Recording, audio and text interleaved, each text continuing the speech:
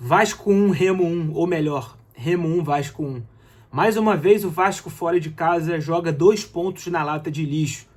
Os mesmos erros, e é difícil você almejar qualquer coisa no futebol sofrendo gol a cada jogo. A gente vai analisar aqui nesse vídeo o que aconteceu nesse empate do Vasco por 1-1 contra o Remo no Mangueirão.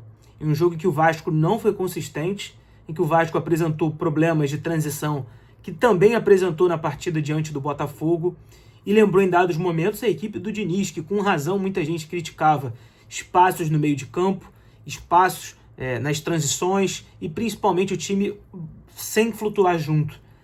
E as bolas paradas, como sempre, um terror na vida do Vasco. Na minha visão, o Renato também erra, a gente vai falar sobre isso, e claro, não podemos deixar de comentar o erro técnico do Rojas, que de frente para o gol, no lance que deveria ter matado a partida e garantido os 3 pontos para o Vasco da Gama, perde. O camisa 10 do Vasco que vinha fazendo um bom jogo. Vamos passar sobre tudo isso. Mas antes, aquele recado de sempre, pedir para você se inscrever aqui embaixo. A sua inscrição é muito importante para o nosso crescimento, você que acompanha aqui o Tática Vascaína. Não se esqueça de deixar aquele like, clicar no primeiro link se você quiser adquirir o mini e-book Fase do Jogo, para você entender um pouco mais sobre o que é análise de desempenho, mas vamos falar sobre o vídeo porque, assim como você, eu também estou indignado. E eu vou começar de trás para frente esse vídeo.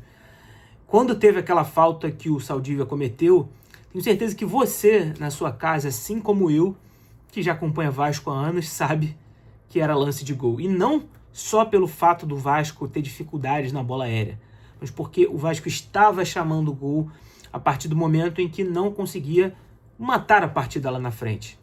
Em dado momento do segundo tempo, o Remo, antes do Vasco fazer o gol, cansou. Não conseguia mais as investidas pelo lado direito, principalmente com o Jajá. Não conseguiu talhar e participar mais da partida. E o Vasco, quando acelerou em um lance com o Cuiabano, teve um escanteio. E depois, uma tabela do Rojas com o Thiago Mendes, cruzamento para o lado direito, quando o Vasco inverte o corredor para o Andrés Gomes e pela direita ele corta e faz o gol. E era uma partida, na minha visão, que o Vasco não controlava, mas estava mais perto do segundo gol.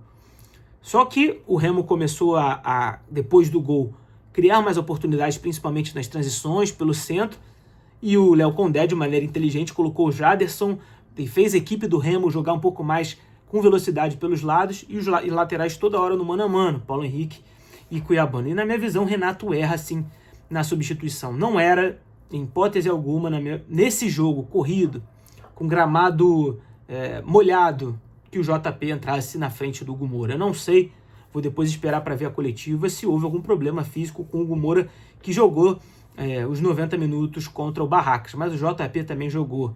O Vasco precisava de um jogador forte fisicamente. Já estava, quando o Barros saiu, sofrendo com essas bolas no centro, nas transições. O Vasco o Renato faz a mexida, e o Vasco cai de produção. Eu acho que ele queria ter um pouco mais a bola, mas não era jogo disso, era um jogo de transição. Ele queria dar um pouco mais de qualidade no passe, só que o JP é um jogador que tem muito talento, mas ao mesmo tempo ele tem muita dificuldade física. A gente não pode ficar aqui escondendo a realidade. Teve um lance de transição que ele não conseguiu correr para trás. É inadmissível isso para um jogador de Série A de Campeonato Brasileiro. Mais uma vez, tem qualidade, ele tem mais qualidade técnica do que os outros. Mas, infelizmente, no futebol de hoje, a parte física tem que sobressair. E o Vasco cai fisicamente e perde também na bola aérea, porque o Hugo até de zagueiro já jogou, tem um jogo aéreo muito mais forte. Você pode dizer, mas você estaria falando diferente se o Vasco faz um gol com passe de JP. Estaria, é claro. Mas o jogo se desenhava para transição. Era para o Vasco se proteger e segurar esse ponto, os 3 pontos de qualquer forma, reforçando o sistema defensivo. Agora, não dá para o Rojas, camisa 10 do Vasco, que estava fazendo um bom jogo, não estava jogando mais tão preso aos lados, estava tendo possibilidades pelo lado esquerdo, principalmente porque o PH do lado direito atacava mais, então ele não tinha obrigação de ocupar aquele espaço. Perdeu o gol com o passe do Thiago Mendes, que é diferente, ele é fora de série com a bola no pé. De frente para o gol, podendo escolher qualquer canto, em cima, embaixo, ele chuta em cima do Marcelo Rangel. Aí o Renato saca o Rojas, o Vasco até tenta com o Brenner, depois tenta com o Marino, que os dois entraram também completamente atabalhoados, e já no final, depois do empate, entra com o Spinelli. Mas é muito duro, é muito difícil. O Vasco não fez um bom jogo novamente. Ganhando, perdendo, empatando, eu viria aqui e falaria a mesma coisa para você. O Vasco fez um jogo muito ruim. E eu tô preocupado. São essas peças que o Vasco tem até o fim do ano, ou pelo menos até a janela do meio do ano, mas Será que o Vasco vai ter recursos para consertar? Contratar um zagueiro mais alto? Eu acho que precisa. Saldívia hoje bastante inseguro com a bola nos pés, nas coberturas, errando no jogo aéreo contra o Talhari.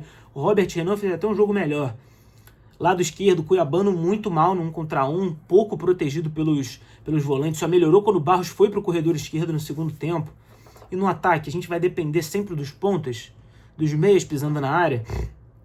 O Brenner vai ser titular. David também, partida muito abaixo. Descompromissado, errando os domínios. Enfim, é o que o Vasco tem. Eu sei que tem gente que vai dizer que esse empate é um bom ponto. Eu discordo. Eu acho que o Vasco tinha que ter saído com a vitória, principalmente porque é um adversário muito fraco tecnicamente. Mas o Léo Condé, na proposta de jogo, mexeu melhor do que o Renato, que preferiu dar espaço para o JP do que para o Hugo Moura. Era jogo para gente cascuda. Errando ou não, o Hugo Moura é um cara que tem mais poder de marcação. Mas, novamente, é outro jogador limitado. É difícil. O Vasco perde pontos contra a Chapecoense, perde pontos contra o Curitiba fora de casa no final, de novo fora de casa contra o Remo. São pontos contra adversários, na minha visão, diretos do Vasco, do meio para baixo da tabela. Talvez isso custe caro. Só que o Renato diz que o Vasco tem que aprender a sofrer e não pode dar os resultados tão fáceis assim.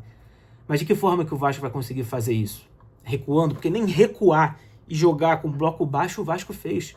Foi transição o tempo inteiro, dando campo o tempo inteiro. Não tinha um padrão de jogo depois do 1-0. Mas tinha que ter feito o segundo gol e aí não sofreria isso tudo. Até poderia colocar o JP e outros jogadores. Mas esse é o cenário do Vasco no recorte atual. Renato, para mim, erra, mas está longe de ser o único culpado. O Rojas erra um lance que não pode errar um jogador profissional, é inadmissível. Não teve nem mérito do Marcelo Rangel, ele chuta em cima com distância, ele nem saiu do gol para tirar o espaço. E o Vasco joga fora mais 2 pontos. Complicado, agora tem jogo contra o Audax Italiano, eu acho que novamente o Renato tem que poupar a equipe titular. Se a equipe titular estava cansada, sem ter sequer viajado para a Argentina, imagina se tivesse jogado essa partida. E trabalhar a bola parada, Renato, defensivo. Falar para os jogadores pararem de fazer essas faltas na entrada da área. Foram vários o jogo inteiro. E era o que tinha o Remo no momento em que com a bola no chão não conseguia arrumar nada. Porque não dá para ficar cedendo tantos pontos assim. Agora os adversários vão ser mais difíceis se o Vasco cometer os mesmos erros e jogar só pelo menos metade de um tempo. O cenário é complicado. 13 pontos de 45 que o Vasco tem que conquistar. É o primeiro objetivo. E eu estou um pouco preocupado. Não é terra arrasada, eu não estou falando isso, mas já são alguns jogos sem o Vasco vencer. E o repertório está bem ruim. Eu falava que quando vinha ganhando naquela sequência, empate com o Cruzeiro, vitória sobre o Palmeiras, Fluminense, a performance também não era tão boa, só que agora os resultados também não estão acompanhando. O que você achou desse jogo, então, desse empate do Vasco? Comenta aqui embaixo, quero saber a sua opinião.